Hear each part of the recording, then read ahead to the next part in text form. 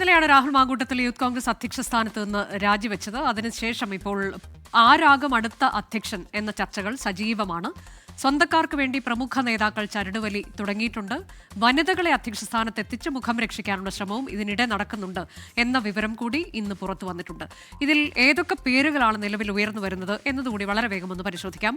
ഉയർന്നു വരുന്ന പേരുകളിൽ ഏറ്റവും പ്രധാനം അബിൻ വർക്കിയുടേതാണ്.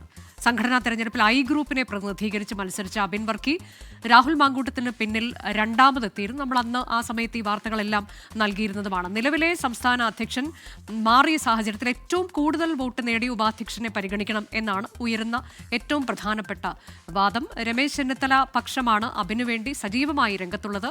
KPCC, KSU അധ്യക്ഷന്മാരെല്ലാം ക്രിസ്ത്യൻ വിഭാഗത്തിലുള്ളവരാണ് എന്നത് അബിൻ്റെ സാധ്യത കുറയ്ക്കുന്നുണ്ട് എന്നത് അബിൻ വർക്കി വളരെ പരിചിതനാണ്. പ്രത്യേകിച്ച് ചാനൽ ചർച്ചകളിലൂടെയൊക്കെയുള്ള ഒരു പരിചിതമായ മുഖം കൂടിയാണ് അബിൻ വർക്കിയുടേത്. ഇനി ഉയർന്നു വരുന്ന രണ്ടാമത്തെ പേര് അത്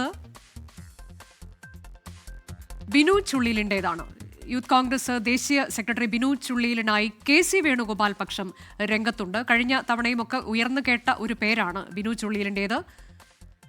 സമൂഹ മാധ്യമങ്ങളിൽ ഇതിനായി ക്യാമ്പയിൻ തുടങ്ങിയിട്ടുണ്ട്. എന്നാൽ ദേശീയ സെക്രട്ടറിയായി തെരഞ്ഞെടുക്കപ്പെട്ട ആഴ്ചകൾ പിന്നീട് മുൻപ് പുതിയ സ്ഥാനം നൽകേണ്ട കാര്യമില്ല എന്ന് ബിനു ചുള്ളിയിലിനെ എതിർക്കുന്നവർ വാദിക്കുന്നുണ്ട് എന്നുള്ളതും വളരെ പ്രധാനമാണ്. അടുത്ത പേര് ഉയർന്നു കേൾക്കുന്നത് KM അഭിജിത്തിൻ്റെതാണ്. അദ്ദേഹം KSUവിൻ്റെ മുൻ സംസ്ഥാന അധ്യക്ഷനാണ്. MK രാഘവൻ MP അദ്ദേഹത്തിന് വേണ്ടി രംഗത്തുണ്ട് എന്നതാണ്. ഒപ്പം തന്നെ A ഗ്രൂപ്പിന്റെ പിന്തുണ KM അഭിജിത്തിനുണ്ട് എന്ന വിവരം കൂടി പുറത്തു വരുന്നുണ്ട്.